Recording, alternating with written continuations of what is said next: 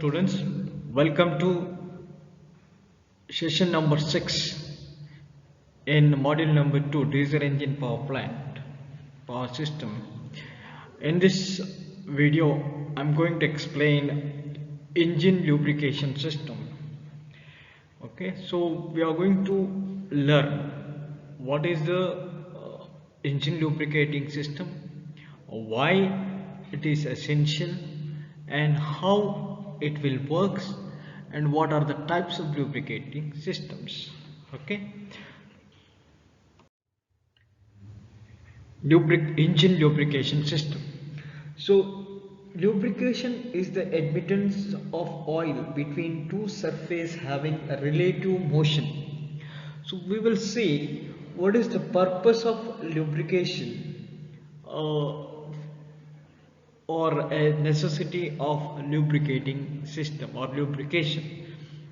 First, to reduce, lubrication system is very much essential to reduce friction and wear between the parts having relative motion by minimizing the force of friction and ensure smooth running of parts.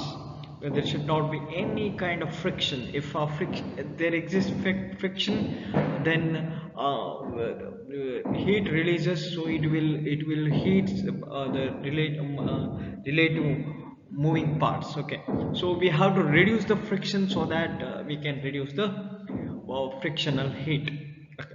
Next, to seal a space adjoining the surface such as piston rings and cylinder, to provide airtight space for the piston rings and engine cylinder liner. Third one, the lubricating system is also essential to clean the surface by carrying away the carbon and metal particle caused by wear. So when there exists wear, the metal small metal particles will be get out of it, and that can be carried away by this lubricating oil. Then a lubricating system is also required to absorb shock between bearings and other parts, and consequently it reduces the noise. And it is also very much essential to cool the surface by carrying away heat generated due to friction. And finally, it helps the piston rings to seal the gases in the cylinder. So these are the important points we have to be note about the lubricating system, the purpose of lubricating or necessity of lubricating system. Next, we will see what are the important properties of a good lubricant which should possess. Okay, we will list out one by one. Number one is it should not change its state with the change in temperature. That means when the temperature increases or decreases, it should not change its state from one state to another state. And second one, it should maintain continuous film between the rubbing surfaces. That is actually the prime function of a good lubricant. So it should not allow wear and tear, then or friction. It should have high specific heat so that it can remove maximum amount of heat. If there exists friction, it will cause heat release, high amount of heat release due to friction. That heat should carried away by this lubrication system. So this lubricating oil should have a high specific heat so that it can remove a maximum amount of heat. Okay. Next, it should be free from corrosive acids. It should not carry any corrosive acids, or it should not allow to corrode the metal parts. Okay, it should be free from corrosive acids. The lubricant should be purified before it enters the engine. So that's why I will explain about the lubricating system. Filter is adopted, where it will purify before entering the engine. Okay. Next, it should be free from dust, moisture, metallic chips, etc. Otherwise the corrosive oil itself cause wear and tear, and then the lubricating oil consumed is nearly 1% of fuel consumption, so it should not consume more. So these are the important, and one more, the lubricating oil gets heated because of friction, moving parts, and should be cooled before recirculation. Okay, so these are the important properties one should possess that lubricating system. Next, this is the diagram for lubricating system. So here you can see a diesel engine, and you can see a oil cooler, and you can see a oil sump over here, and then you have a heater and centrifugal cleaner. Now just you see, once from the oil sump, it is a pump will lift the lubricating oil to oil cooler, where it gets cooled and it is supplied to engine. Okay, and after providing proper lubricating to the diesel engine, it goes to the oil sump again, and there the then the heated lubricating oil will goes to a centrifugal cleaner, where it gets filtered, and then it comes to heater, where it gets cooled, and then again it goes to oil sump, and fresh oil will be available for the supply of next cycle. Okay, so like in this way the lubricating system is working. Next, we will see what are the main parts of the engine which need lubrication. Okay, main parts are main crankshaft bearing, big end bearings, small and gudgeon pin bearings, piston rings and cylinder valves, timing gears, camshaft and camshaft bearings, valve mechanism, valve guides, valve tappets, and rocker arms. Okay, these are the important parts or main parts where we have to employ lubrication system. Next, we will see what are the types of lubrication system. There are various types of lubrication system, in that the mainly splash lubricating system, wet sump lubrication system, dry sump lubrication system, or full pressure lubricating system. So we will see splash lubricating system first. So this is the diagram for splash lubricating system. So it is it is or this system is used on some small four-stroke stationary engines. In this system, the caps of on the big end bearings of connecting rod, the caps on big end bearings of the connecting rod are provided with the scoops,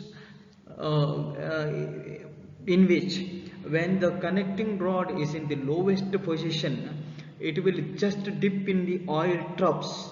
Okay, so you can see oil troughs over here, isn't it? Okay, so it will dip into the oil troughs, and thus directs the oil through holes provided in the connecting rod, lowest position of the connecting rod, and in the caps, oil enters through the holes in the caps to the big end of bearings. Okay, due to splash of oil, it reaches the lower position of the cylinder walls, the cylinder walls, crankshaft, and other part which require lubrication. Okay, so surplus oil eventually flows back to the oil sump, where oil level in the troughs is maintained by means of oil pump, which takes oil from sump through the filter. Okay,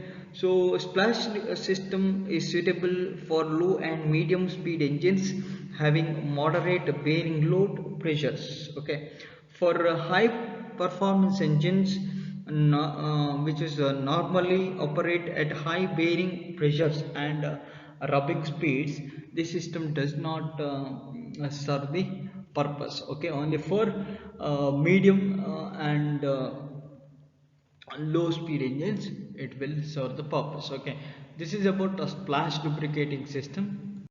Next, dry sump lubricating system. This is the diagram for dry sump lubricating system, where you can see dry sump and filter which is provided over here, and filter bypass pressure relief valve is also provided, and it is supplied to the tank, where you can store as a supply tank, and then from there oil pump will pump to the oil cooler, where it gets cooled, and then it is supplied to the required part, where you have to employ lubricating. Okay, so in this system, the oil from the sump carried to separate storage tank, as I told, the separate storage tank, which is called a supply tank. Okay, uh, out which is at outside the engine cylinder block. Okay, the oil from sump is pumped by means of sump pump, which is this is called as a scavenging pump or sump pump, through filters, where it gets filtered to the storage tank or supply tank. Okay, the oil from storage tank is supplied to the engine cylinder through the oil cooler, where it gets cooled. Oil pressure may varies from 3 to 8 kg f per centimeter square. Dry sump lubrication system is generally adopted for high capacity engines. Okay, very high capacity engines, this type of lubricating system is employed. Okay, next, full pressure system or lubricating system. This is the line diagram for full pressure lubrication system. So in this system, oil from oil sump is pumped under pressure to the various parts requiring lubrication. Okay, so the oil is drawn from the sump through the filter, where it gets filtered, you can able to see, and then it is pumped by means of gear pump. So this is a gear pump. Okay, then oil is delivered by the pressure pump at pressure ranging from 1.5 to 4 bar. Okay, the oil under pressure is supplied to the main bearings of crankshaft and camshaft. Okay, so the holes drilled through the main crankshaft's bearing, which is a journal bearing, then which will where it will communicate oil to the big end bearings and also small end bearings through the holes drilled in connecting rod. Okay, the hole which is drilled in connecting rod.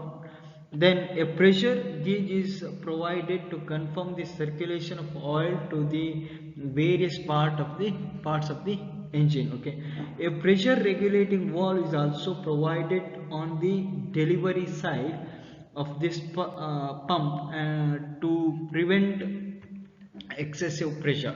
Okay, so a regulating valve which is provided in order to regulate the pump to prevent excessive pressure. Okay, so this in this way the full pressure system will work. So this system finds favor from most of the engine manufacturer, as it allows high bearing pressure and rubbing speeds. Okay, so the general arrangement of the full pressure system is shown in figure.